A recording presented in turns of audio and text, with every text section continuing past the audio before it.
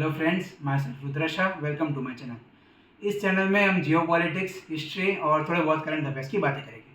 आज का मेरा टॉपिक है rise and dominance of US dollar.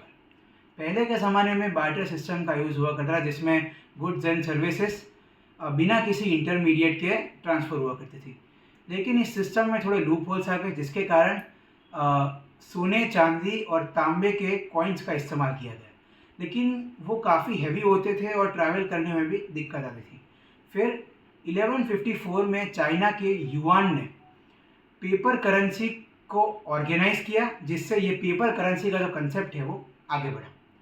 अब यूएस की बात करें तो 23 दिसंबर 1930 वो दिन था जब फेडरल रिजर्व बैंक की स्थापना हुई थी, और 1914 में पहली बार ये था जब यूएस का किसी करंट करेंसी को प्रिंट किया गया। उससे पहले यूएस के डोमिनेंस से पहले पाउंड स्टर्लिंग का राज चलता था पूरी दुनिया में। पाउंड स्टर्लिंग यूके की करेंसी थी और वो पूरी दुनिया में फैली हुई थी। लेकिन फिर वर्ल्ड वॉर 1 की शुरुआत हो गई, जिसके कारण पाउंड स्टर्लिंग को बहुत बड़ा झटका लगता है, क्योंकि यूके को $7.8 बिलियन का लॉस हुआ।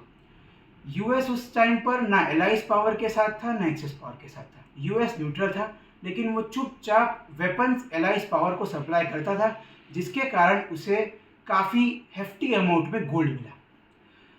फिर यूएस डॉलर का डोमिनेंस धीरे धीरे बढ़ता गया और फिर समय आया वर्ल्ड वॉर 2 का। जैसे ही वर्ल्ड वॉर 2 ख़त्म हुआ, यूके की हालत और पतली हो गई और यूएस के पास दुनिया का 70% गोल्ड आ गया। पूरी दुनिया में काफ़ी अनसर्टेनिटी थी, क्योंकि ट्रेड पूरी तरीके से रुक चुका था। इसीलिए 1944 में 44 कंट्रीज़ के डेलीगेट्स ब्रिटेन वुड्स के न्यू हैम्पशायर में मिले, जहां उन्होंने ये डिसाइड किया कि हम क्या ऐसे सिस्टम ला सकते हैं जिससे ट्रेड जो वापस से शुरू हो जाए।